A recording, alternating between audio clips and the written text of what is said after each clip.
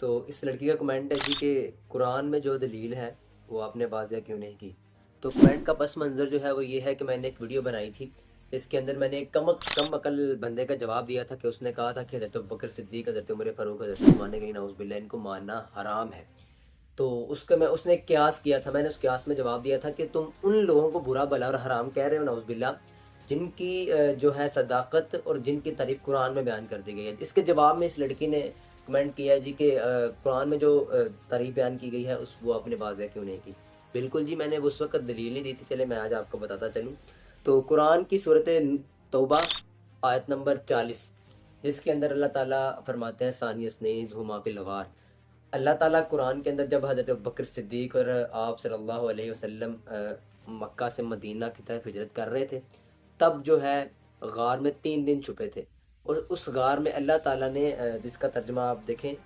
واضح آپ کو نظر آ رہا ہے کہ اگر اے مسلمانوں اگر تم اپنے نبی کی مدد نہیں کرو گے تو اللہ خود مدد کرے گا۔ اور وہ دن بھی یاد ہے جب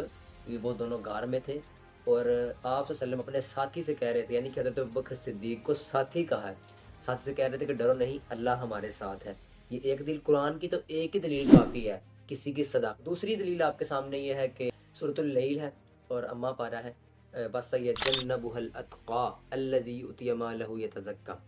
کہ جب حضرت ابوبکر صدیق رضی اللہ تعالیٰ عنہ نے حضرت بلال حبشی رضی اللہ تعالیٰ عنہ کو غلامی سے چھڑوایا اور اس کے بعد اللہ کی راہ میں مال پھر بھی خرچ کرتے رہے اور صرف اللہ کی رضا کے لیے، جس کے اندر اللہ تعالیٰ فرماتے ہیں کہ جو لوگ اللہ کے راستے میں مال خرچ کرتے ہیں اور کوئی چیز ان کو طلب نہیں ہے سوائے اللہ کی رضا کے، تو ان قریب اللہ ان کو راضی کر دے گا۔ تفسیر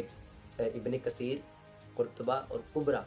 سب نے اس آیت کا مصداق اور اس آیت کا شان نزول صرف اور صرف حضرت ابوبکر صدیق رضی اللہ تعالیٰ عنہ کو لکھا ہے۔ تو میرے خیال سے محترمہ یہ 2 دلیلیں آپ کی لیے کافی ہیں، اس کے علاوہ بھی اگر آپ کی کوئی ریکوائرمنٹ ہوگی تو آپ مجھے بتائیے گا، میں آپ کو بتاؤں گا انشاءاللہ۔